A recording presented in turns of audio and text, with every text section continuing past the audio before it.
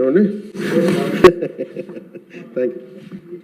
అలాగే అది వీళ్ళకి సంబంధం అంటే నాకు సభ దృష్టికి ఇంకా గౌరవ సభ్యులందరూ మాట్లాడతారు. నా సభ దృష్టికి నేను తీసుకురాగలిగేది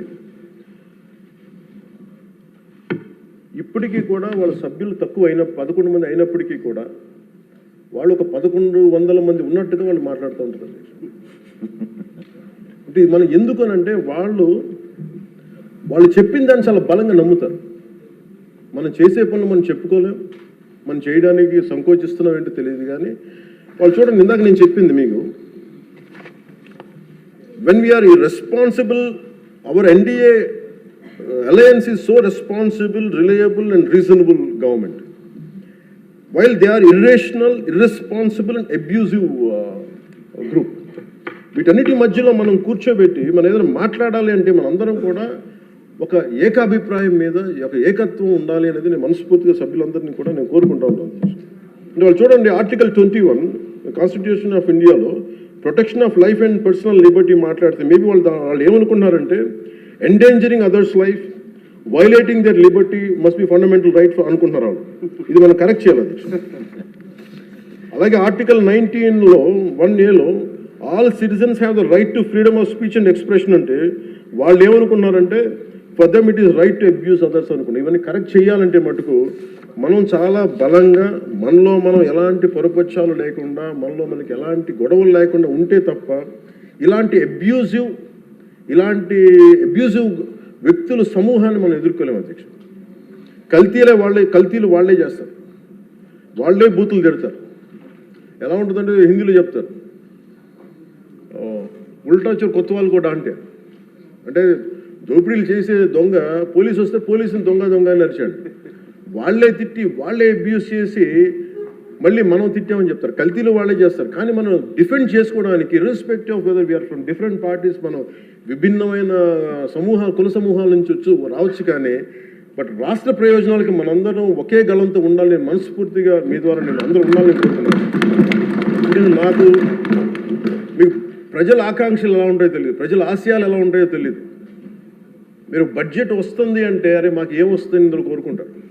ఒక సమ్మర్లో స్కూల్కి వెళ్ళబోతున్న పిల్లలకి అరే మాకు భవిష్యత్తు మాకు ఏం ఖర్చు ఉంటుంది, ఎంత ఖర్చు ఉంటుంది తల్లిదండ్రులు రాసుకుంటారు. అది మాకు చిన్నప్పుడు మాకు గుర్తు.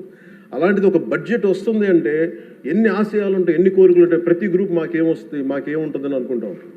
ఇది మేమందరం ఈ రోజున బడ్జెట్లో అందరికీ ఎంత తృప్తిగా ఉంటుందో నాకు తెలియదు. కానీ one commitment to people I can say, ఒక 15 ఏళ్ళు మేము ఈ రాష్ట్రం కోసం ఈ అలయన్స్ ద్వారా మేము పాటుపడతాం. దానికి మేము చిత్తశుద్ధిగా త్రికరణ శుద్ధిగా అద్భుతంగా ఉండాలి రాష్ట్రం మనస్ఫూర్తిగా నేను కోరుకున్నాను అధ్యక్ష.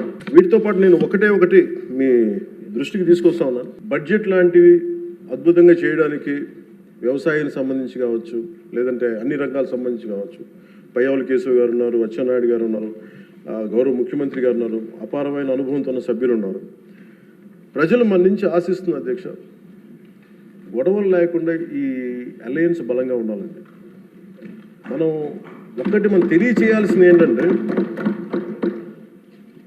ఏ ఒక్క ఎమ్మెల్యే ఈ సభలో అడుగు పెట్టాలన్నా అన్ని కులాలు అన్ని మతాలు సపోర్ట్ చేయందే, ఎంతో కొంత ఓటు వేయందే ఇక్కడికి రావాలి అధ్యక్ష.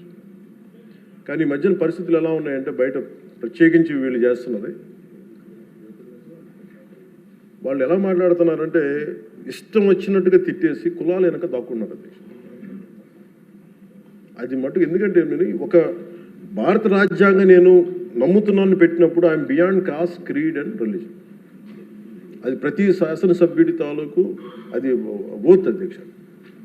కానీ మనం తెలియజేయాల్సింది ఏంటంటే, కులాల వెనక దాక్కోవటం కుదరదు.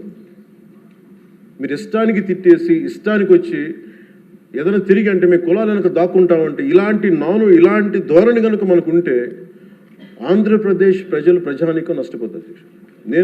నేను చెప్తున్నాను, కులాలు మతాలు ప్రాంతాలు దాటకపోతే ఈ రాష్ట్ర ప్రయోజనాలను మనం సాధించలేము. ఖచ్చితంగా ఇది మీరు పదే ఇది మీరు ఇళ్లలో మాట్లాడుకుంటారా, ప్రజలకి తెలియజేస్తారా, మీ నియోజకవర్గాలు ఇది చేయకపోతే ఏమైపోతుంది అధ్యక్ష?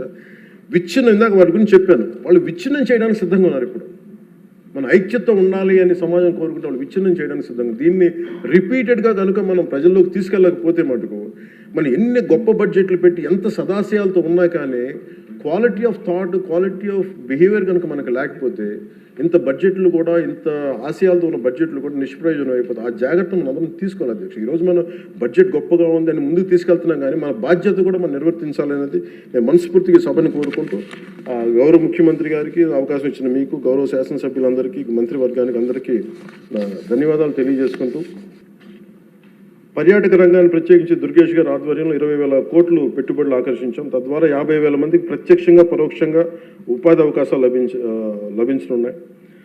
అలాగే గౌరవ మన సివిల్ సప్లైస్ ఆహార పౌర సరఫరాల శాఖ బాధ్యతలు నాదెండ్ల మనోహర్ గారు స్వీకరించిన తర్వాత గత ప్రభుత్వంలో హెచ్చుమీరిన రేషన్ మాఫీ ఆగడాలను అడ్డుకట్టు వేయాలని నిర్ణయించుకున్నారు.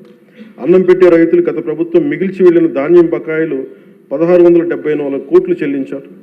మన ప్రభుత్వ హయాంలో చేసిన ధాన్యం కొనుగోలుకు 4,80,000 మందికి పైగా రైతులకి 24 గంటల్లో 10,650 కోట్లు వారి ఖాతాల్లో జమ చేశారు.